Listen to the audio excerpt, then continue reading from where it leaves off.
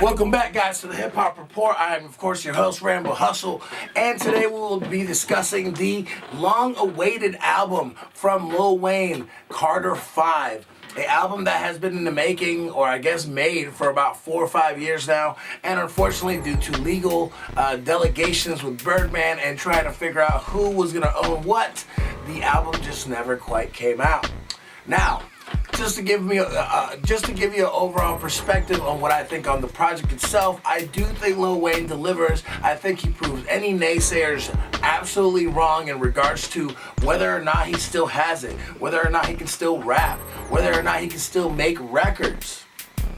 However, the oversaturation and the watering down of this project really take it down a notch for me. I understand that streaming is the new sale. I understand that streaming is the new way to get fans engaging, and I am sure that Lil Wayne fans, like Lil Wayne stans, are all about having 25 new Lil Wayne records. However, when I look back at an album and I think, was this a classic or was it not? I have to look at whether it had records I could skip. I have to look at whether it has records that sound like other records on the project, which I don't think should ever be the case. I think your album should essentially provide individual songs that each attack a certain type of feel, a certain type of content, and are able to deliver a message individually that embody what the entire project is about. And I don't think that this Lil Wayne album does that without any skips. I think 25 records is entirely too much, and though I understand the milking of streams, the albums will suffer, and there will be less albums that are considered classics based on you looking back and going, I had 25 songs, I only remember 3. It's not a classic. So, with that being said, I think the album starts off dope. Again, correlating from the album cover into the sound, which is important as well, as like, does the album sound like what the album cover looks like? I think we do get that with the intro with his mother talking about how much he loves him and how proud she is of him, and reminiscing on, their struggles coming up. And I think as a listener of Lil Wayne and a fan of Lil Wayne, it also makes you think back of what Lil Wayne has meant to you, and the records that really touched you, and the records that you remember and that resonate with you as a fan, whichever those may be. Now, unfortunately, after that, we do get the XXX feature, Don't Cry, which I think its intent was well thought out, and its intent was good. However, I don't think the record delivers in the sense that, I don't know, man, first of all, it seems a little too early in the project for something this somber. And second of all, I just don't think the XXX vocals were manifested in the way that needed to be. And we just don't get enough from X. When I'm thinking of a feature of Lil Wayne and X, I'm really thinking I want to hear bars. I want to hear what X has to say on a record with Wayne. And to be honest with you, it's just, as tragic as it is, I just feel like X would have wanted to say more on this record. So, neither here nor there, it is what it is. Luckily, after this record, we do take it up a notch into Dedicate, which is a reference track off 2 Chainz' Dedication record from the Collie Park or Collie Grove project, where basically 2 Chainz big ups Lil Wayne as being one of the main and most influential artists of his generation for the new generation, which is ironic because I feel like all these SoundCloud rappers took everything from Lil Wayne except his rapping skills. So I don't know how that happened. I don't know how you guys picked up on the skateboarding and the rocker vibe and the grungy vibe, and you just forgot to figure out how to rap the same. I don't understand how that happened, but like I tell a lot of people, it's easier to be Lil Wayne than it is to be Jay-Z. And there's a lot that goes with that statement, so I won't dive too deep into it. But just think about that and just understand that it's a lot easier to be stylish than it is to be a good rapper. Now, following that record, we get Uproar, which is one of a few different records that I fear are kind of yawns. Maybe not so because of the record, but I just feel like the placement of the record matters a lot when I'm listening to a project where, The Dark Side of the Moon with Nicki Minaj was also a yawn for me.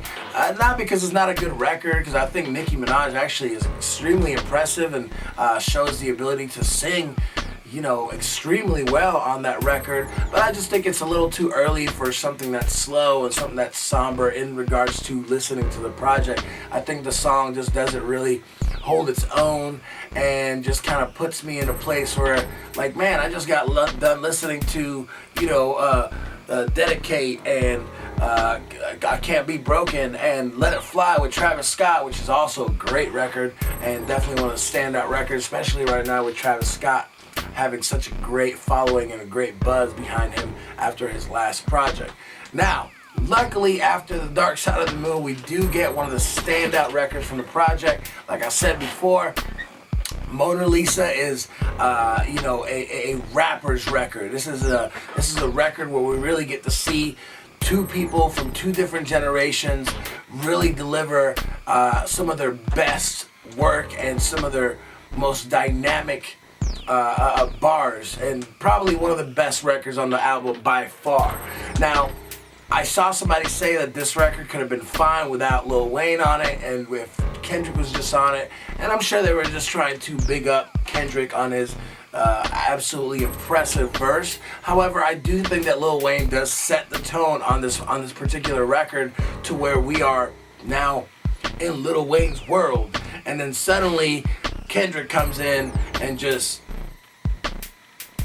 tears that shit to shreds. Now, I will go on record in saying this, despite my relationship with TDE and Kendrick, I do think, and not to mention being, one of the producers of the C4 project, when Ali and Kendrick do the voice influence, where it goes up and it comes down and it goes right back to its natural state, I think what's beneficial and what's great about that effect and that engineering technique is that you actually feel the emotion of what he's saying within those different tones. So as his tone is going high, low, or going back to its original state, you're actually going mentally with that, and sonically you're traveling with that emotion with Kendrick.